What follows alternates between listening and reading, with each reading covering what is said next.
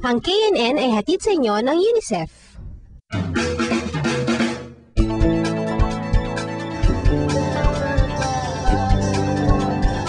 Ginawa naman ng Bureau ang report na to habang tinutulak pa lang sa Senado ang Juvenile Justice Bill. At maswerteng nasaksihan ito ni Apple sa kay Angelo.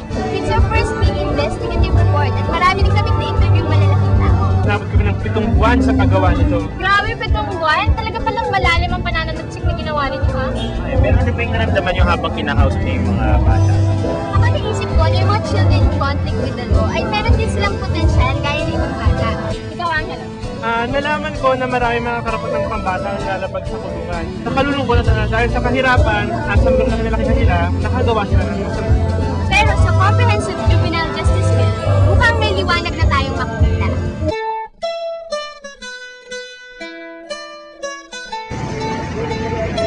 Nobyembre 2005, dadalawin daw ni Senator Francisco Pangilinan ang Caloocan City Jail bilang bahagi ng kanyang pag-sponsor sa Comprehensive Juvenile Justice Bill na naglalayong magbigay ng tama at angkop na pagtrato sa mga batang nakakulong o may kinakaharap na kaso. Malaki ang pinagbago ng lugar sa araw ng pagdalaw ng senador. Kung todo porma ang mga gwardya at naaamoy ko pa ang bagong pintura. So narito tayo dahil tinutulak nga natin yung Juvenile Justice Bill na kung saan pag naipasa ito ay sa halip na ikulong kaagad o makulong ang mga kabataan at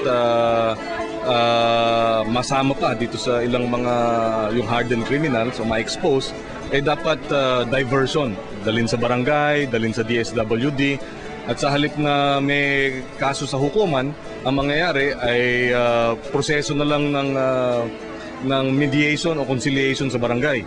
Si Raymond. Ikaw, Raymond, ilang daw ka na? Matagal ka na rito? Dahil nakasama na namin ang mga batang to dati, nahalata namin hindi sila komportable sa gitna ng napakaraming pulis at media. Masaya ba rito? Masaya rito? Baka magusto ko naman masyado. Mas masaya rito kaysa nung hindi ka pa nagnanakaw, ganun ba? Siyempre, mas masaya sa labas. Kaya kami narito. Sa dahilan ba tayo nandito? Dahil merong tinatalakay na batas ngayon sa Senado, yung tinatawag na juvenile justice. Ang mga bata naman, tatangu-tangu lang habang pinapaliwanag ang tinatawag na restorative justice. Restorative justice is a new concept in dealing with minor offenders or children in conflict with the law. It's to restore actually the status of the victim as well as the offender to what they were before. Simple lang naman ang restorative justice. Imbes na ikulong ang mga batang nagkakaproblema sa batas, ay ipapasok sila sa mga programang makakatulong sa kanila, katulad ng rehabilitation at community service. Ang emphasis natin ay yung bang healing, yung pag-repair nung mga damage sa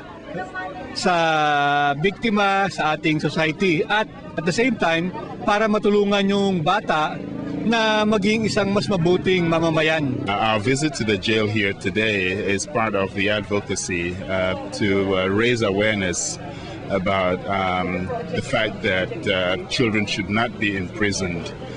Detention and jails are not places for children. Dahil naniniwala tayo na hindi dapat tratuhin ang mga bata sa parehong in the same way na ang trato natin sa mga na nasa hustong gulang na. Dahil obviously, iba ang needs, iba ang concerns ng kabataan, iba rin ang concerns ng adult. Yung bill na ito unang na-file sa Kongreso noong pang 1999. Produkto ito ng cooperation ng gobyerno at saka mga NGOs na nagsimula pa noong 1997. So 1999 to 2005, 6 na taon na nakakalipas. 6 na taon?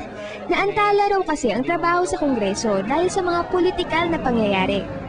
Mabuti na lang at bago magtapos ang 2005 ay nabalitaan naming naipasa na sa Senado ang Juvenile Justice Bill. Makalipas ang 3 buwan, ipinasa na rin ito sa Kongreso.